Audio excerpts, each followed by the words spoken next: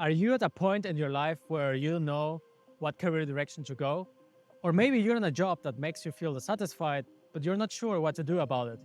Well, then I think the book Designing Your Life can help you. What is different about this book is that it doesn't tell you what to do with your life. Instead, it gives you a process that you can follow step by step so that you can figure it out. Designing Your Life was written by Stanford professors Bill Burnett and Dave Evans, who developed the Life Design course at Stanford University. They had a genius idea. They took the techniques that top designers use at the most successful companies in the world and then taught Stanford students how to use them. Not to design amazing products, but to design amazing lives. It quickly became the most popular course on Stanford and has helped thousands of students not find, but design a career that they love. Impressively, the life design process has been studied scientifically, and there's real, tangible evidence that it is effective. Now, their entire framework is comprehensively explained in this book, and in this video, I will give you a detailed, fast-paced summary about it. I can already tell you that the ideas in this book are very helpful because they are part of the reason why I'm working my dream job right next to this beach. But more on that later. Let's start. This book basically teaches you to think and act like a designer. And what that means is that you follow a specific process that is going to help you think differently and find more creative solutions to your problems. What is the process? It consists of the following 3 steps. First, identify what engages and energizes you. Then, generate multiple solutions. And then, create small experiments. Let me tell you more about each step. Usually, people think that work is not supposed to be enjoyable. But the authors very much disagree with that statement. They actually turn it around and say that enjoyment is a guide to finding the right work for you. If you focus on what you enjoy and guide your career path accordingly, you'll find work that brings you joy. And the best way to learn what things you enjoy is by using one of the most useful tools in the book, the Good Time Journal. Use this journal to write down your daily activities and record how engaged and energized you felt while doing them. And mark down the moments you were in a flow state. You want to do this at least for 1 to 2 weeks and gather as many entries as possible. Then, you want to review all your entries and see which activities engaged and energized you the most. And finally, you want to zoom in and try to find out exactly what makes you engaged and energized. You want to identify patterns and understand what specifically you enjoy doing.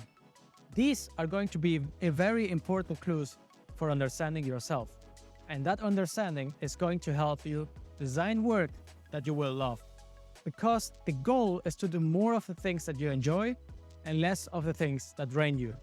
I honestly think this is one of the most useful exercises in the book.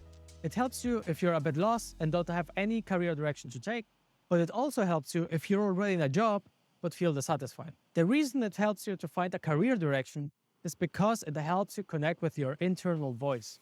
Very likely, the reason why you don't have a career direction is because the voices of your parents, teachers, or society are very loud, but your internal voice is quiet.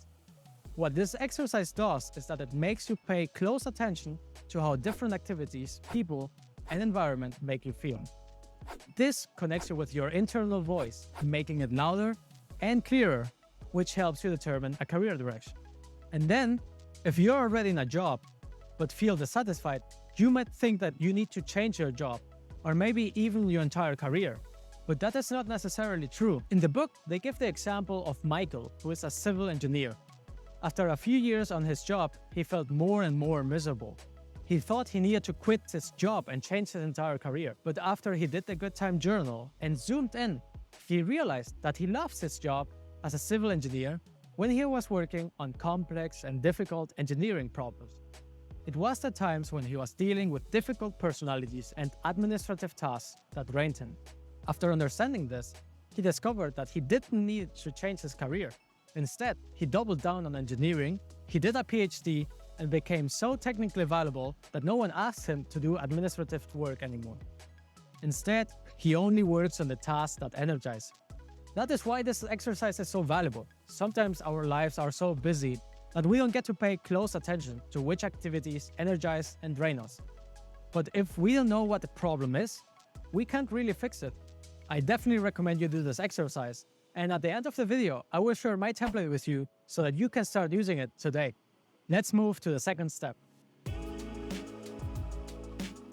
Here, the authors explain that a good designer is always open to multiple solutions, because it's when we focus on one specific solution that we get into trouble.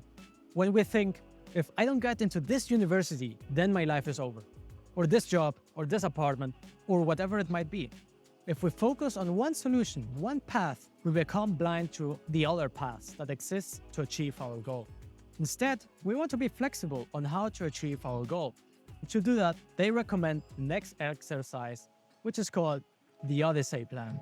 This exercise helps you see that you can live multiple great lives. It goes as follows. Make a 5-year plan for these 3 lives. Life number 1 is your current life, your current goal. Life number 2 is what you would do if life number 1 wouldn't be possible. So let's say for whatever reason it's impossible to do life number 1, and you have to come up with an entirely different career that still would make you happy. What would you do? And life number 3, imagine you had $50 million in the bank, and it doesn't matter what your friends or family thinks. What would you do? When you do this exercise, you should see that there are multiple great lives within you, not only one great plan. This will keep your mind open to alternative paths. That helps you relax, since you can see that you can be happy in different circumstances. It also keeps you open to different solutions, which increases your chances of achieving your goals. Additionally, this exercise might give you ideas about what direction to go to improve your life, and that brings us to the third step. Instead of jumping right into it and overcommitting to something, you want to make small experiments to test your ideas and see how you feel doing them. Because the authors explain that you can't know if you'll enjoy something until you've tried it. This also means that just because you think you'll enjoy something doesn't necessarily mean that you actually will. They give the example of Elise, who dreamed of opening and running her own cafe. So she made a plan, executed it perfectly, and succeeded.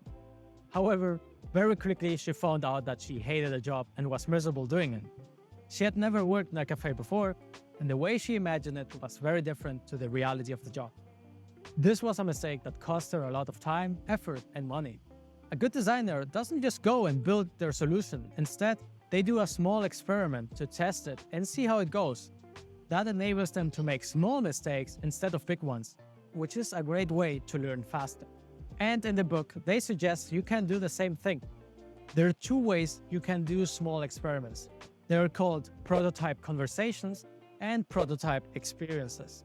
Prototype conversations are casual conversations that you have with someone who is living the life that you want to have. So Elise could talk to 3 happy and 3 grumpy cafe owners and ask them questions about their job and everything that is involved in being a cafe manager. Through this method, she could have learned that running a cafe is very different from what she imagined, ultimately saving her a lot of time and money.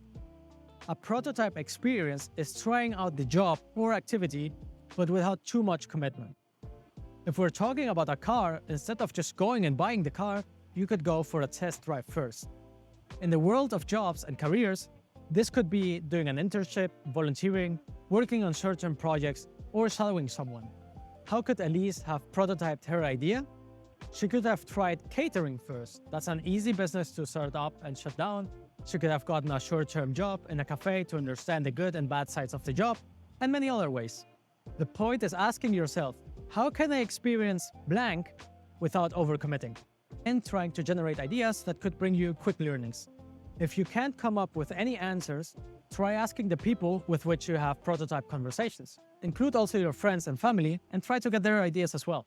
At this point, I want to emphasize one of the most important mindsets in the book. Designers don't think their way forward. Designers build their way forward. Many people get stuck just thinking and reflecting, but this alone doesn't bring you forward. You must go out there, act, experiment, and talk to people. Good, successful designers don't just think about a design, they go and build it. And I can tell you from personal experience that it's always better to go out and try something instead of just sitting back and reflecting for hours. That attitude is called bias for action. and it's one that is mentioned many times on this book because it's one of the central elements that is going to help you build an amazing life. I can tell you with full confidence that if you follow the steps and go out and act on them, you will actually improve your life, because it did mine. I started using the Good Time Journal to pay close attention to what things engaged and energized me. I discovered that I really like to read books and learn new skills, and I really like sharing my learnings with others. When I did the Odyssey Plan, I found out that I can have many great lives. But the one I found most interesting is when I asked myself what I would do if I had $50 million. I discovered that I would be a YouTuber. So that was a very interesting clue, and I started thinking how I could prototype that with as little commitment as possible. And I made 2 videos while I was working. I saw myself very engaged and very energized by doing that, which motivated me to go one step further. But I didn't quit my job. Instead, I took 5 months off from my work so that I could give it a more thorough try. Always doing small experiments to learn as fast as I can without overcommitting. And because I know I like warm climates, I planned everything so I could be in Southeast Asia while I try this experiment. And those are the great things that start happening when you design your life, because you stop following the answers that other people give you. Instead, you start finding the answers for yourself and creating the life that you want to have. So, this is a great book, and there are many great ideas that I didn't mention in this summary. For example, how to make sure you work on the right problem, how to choose without organizing, and many others. So, I highly recommend you read this book if you think you would need some help to design a career that you love. And if you do, consider buying it using the link in the description, since that helps me out create more videos like these. And to help you start your design journey today, I converted the exercises I mentioned into a reusable Notion template that you can simply duplicate. It's completely for free. You can find the link below. I hope you enjoyed this video. See you in the next one. Bye bye.